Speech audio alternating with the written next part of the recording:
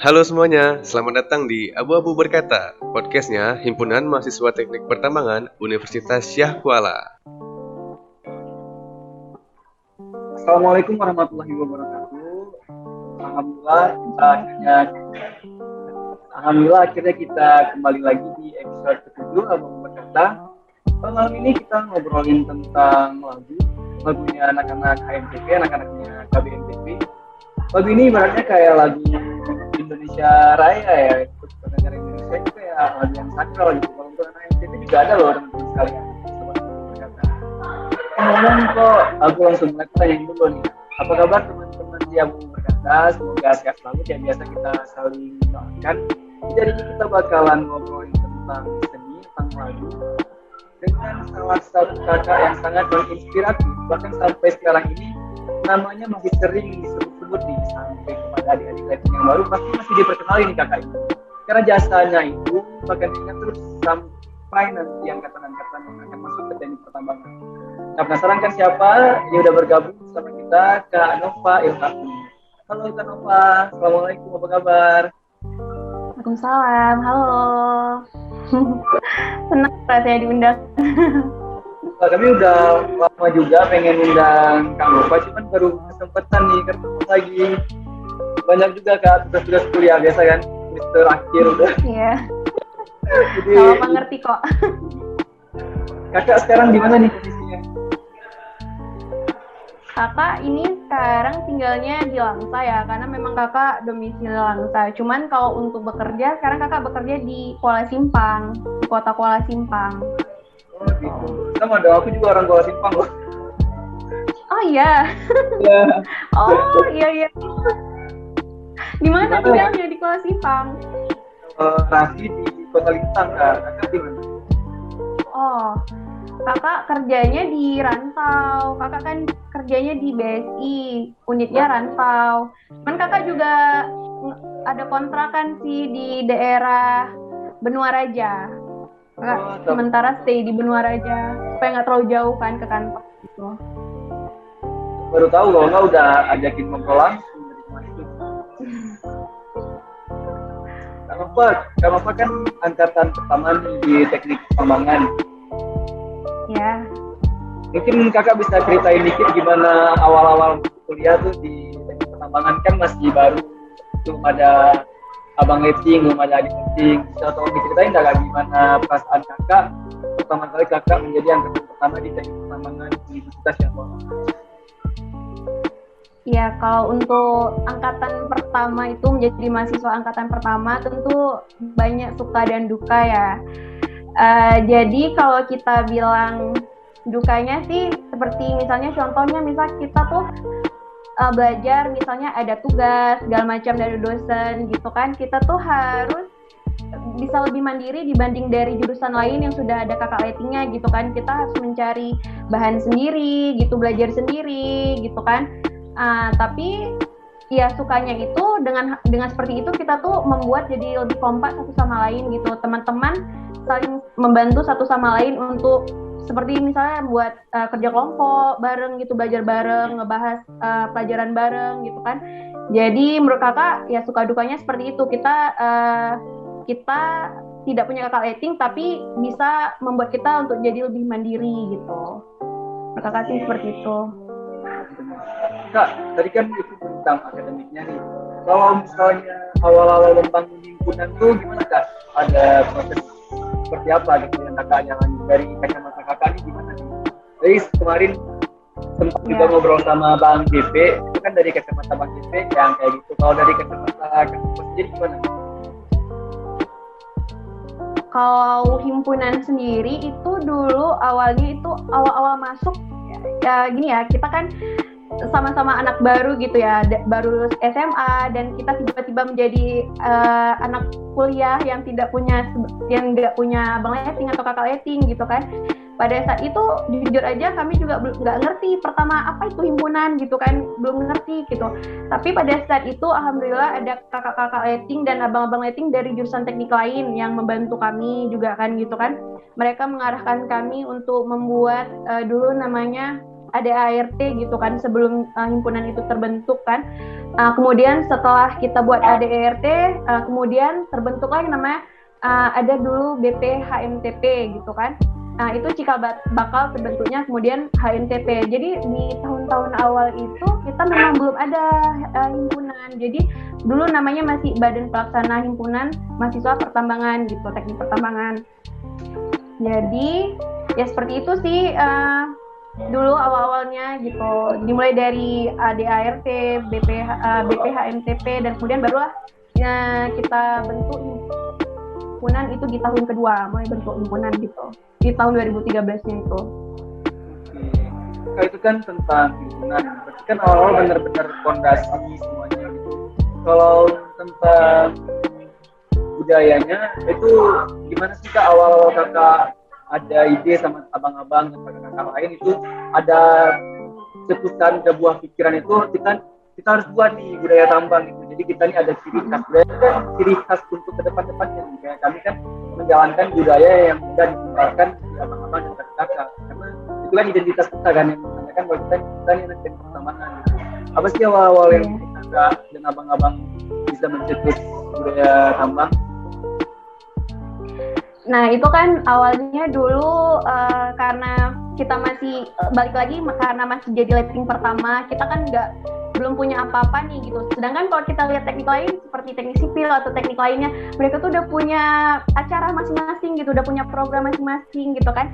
Jadi kemudian kita berpikir apa ya yang bagus yang kira-kira kita buat gitu, yang bisa kita ulang-ulang setiap tahunnya gitu, yang dan kemudian kami semua berkumpul pada saat itu letting 2012, kita berembuk bareng-bareng gitu kan, menyampaikan aspirasi masing-masing. Lalu kemudian di situ terciptalah dulu pertama kali itu Hantam Harinya Anak Tambang gitu kan. Jadi di situ proses kita pengenalan satu sama lain. Di situ juga bertujuan kalau itulah gunanya Hari Anak Tambang supaya kita bertemu semuanya dari letting satu dan letting yang lain gitu. Jadi di situ pertama kali kita buat Harinya Anak Tambang. Kemudian juga ada budaya lain seperti salam tambang. Nah, salam tambang itu tuh sangat menarik ya menurut kakak. Karena kenapa kakak bilang seperti itu? Karena pada saat itu kalau nggak salah kakak dulu pelopornya itu ada Bang JP ya, Bang JP, Bang Chandra, Bang Dista, Bang Tatwin dan beberapa orang lainnya lah ya gitu. Jadi pada saat itu ketika kami semua sudah diperkenalkan dengan salam tambang, jadi setiap ada acara kami itu sering mengumandangkan salam tambang itu gitu. Dengan seperti itu teknik-teknik lain juga wow, oh itu ternyata anak tambangnya gitu. Jadi menurut kakak itu bisa menjadi sebagai identitas anak tambang gitu.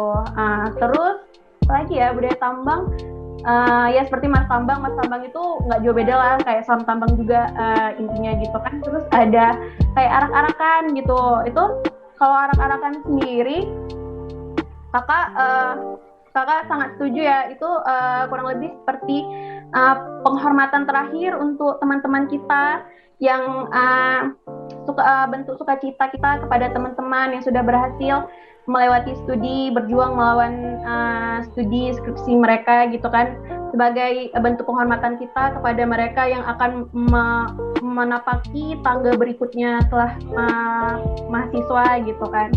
Ya kurang lebih seperti itu sih. Kalau untuk kakak sendiri, menurut kakak budaya tambang itu supaya kita saling mempererat silaturahmi kita gitu, saling mengenal satu sama lain dan menjadi ajang untuk bersilaturahmi gitu. Ya, aku maksudnya dengerin cerita kakak itu asik, kayak dibawa ke flashback ke zaman masa 2012, kayak penuh perjuangan ya, bangun rumah dari nol semua gitu.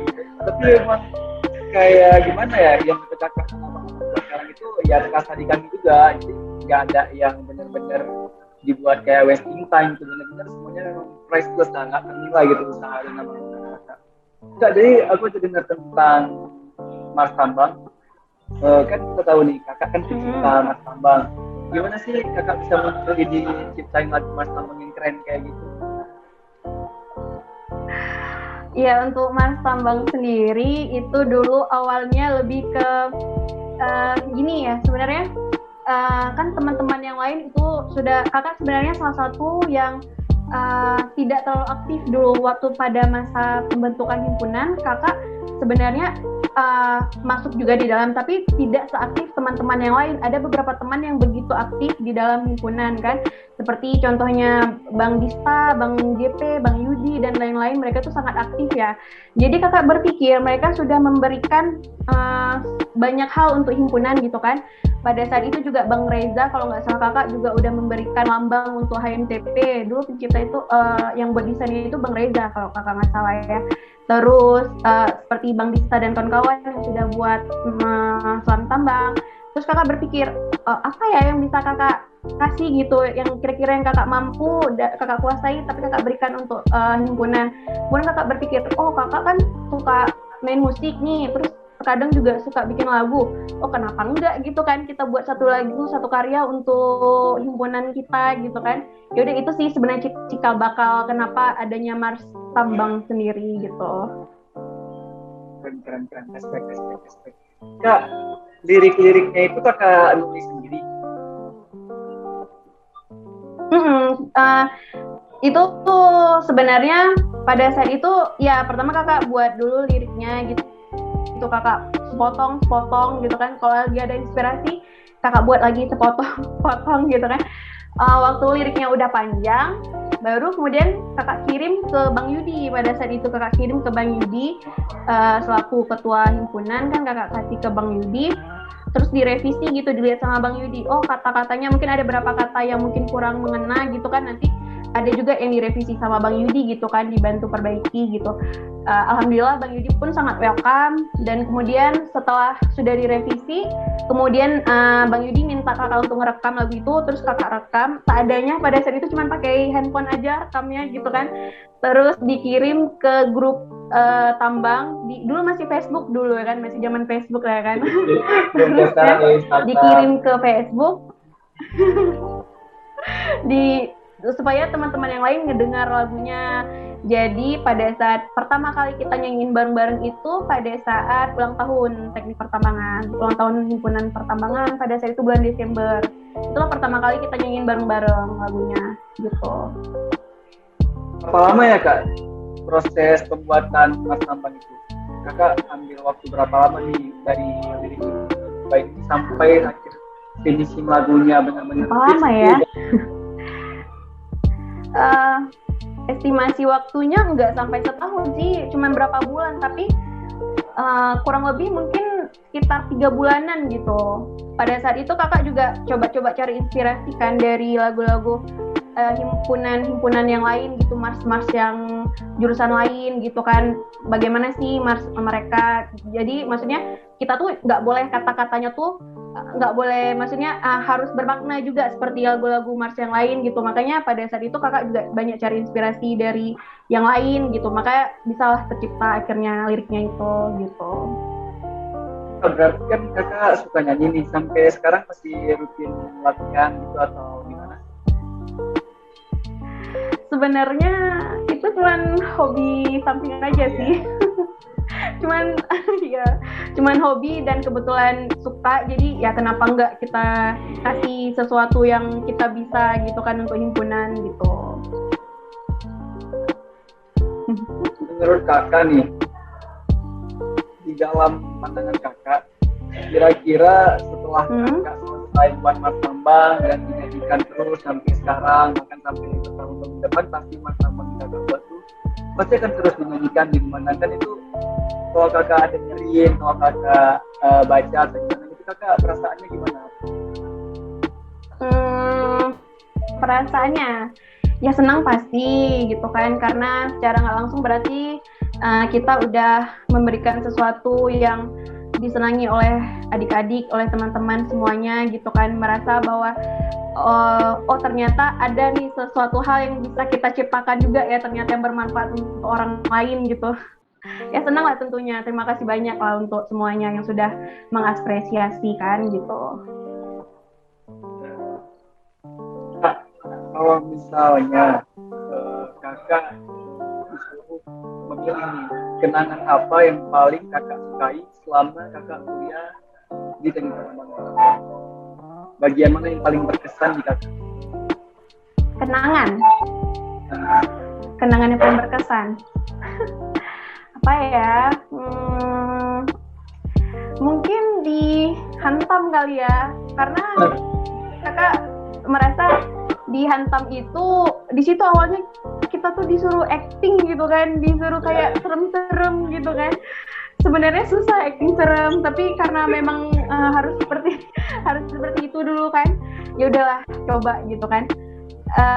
Dan setelah kita melewati semuanya di hari sore harinya, kemudian di situ baru kita kasih tahu kalau kita tuh cuman hanya berpura-pura kita seperti ini supaya semua adik-adik kita kenal kayak gitu kan. Jadi menurut kakak itu benar-benar sangat menyenangkan sih, maksudnya sangat membekas di hati gitu, bertemu semua adik-adik lighting gitu kan, gitu deh. Tapi emang asik sih kalau ngomongin soal hantam, emang ya bagi kaki itu juga lumayan berkesan, bahkan bagi kaki sendiri kan. Kenapa? Iya. Apa arti HMTP bagi kakak?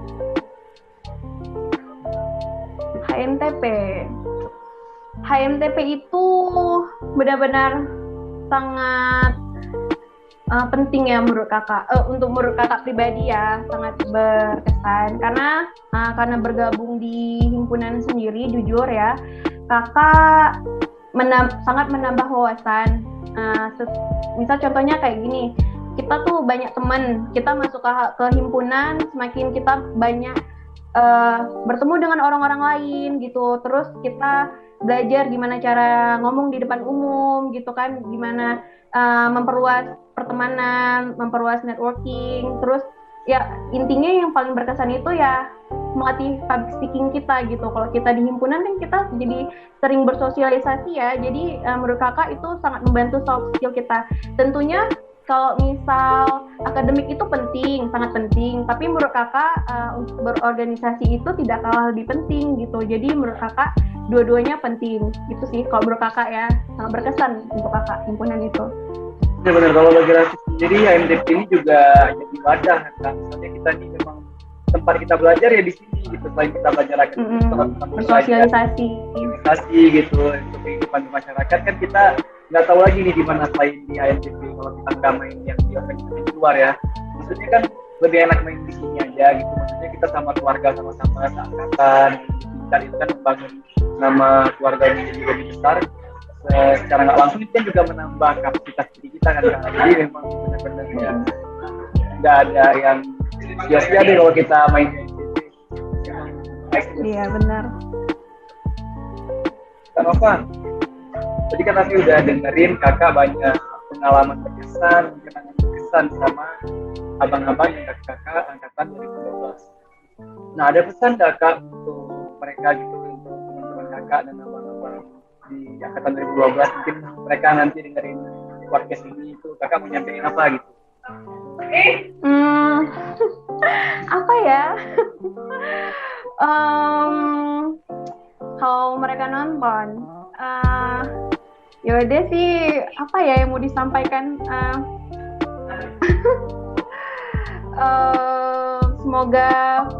Semoga apa yang kakak sampaikan, mungkin gini, kakak berharap apa yang kakak sampaikan dapat menghibur mereka ya, mungkin bisa kembali membantu mereka mengenang masa lalu gitu kan.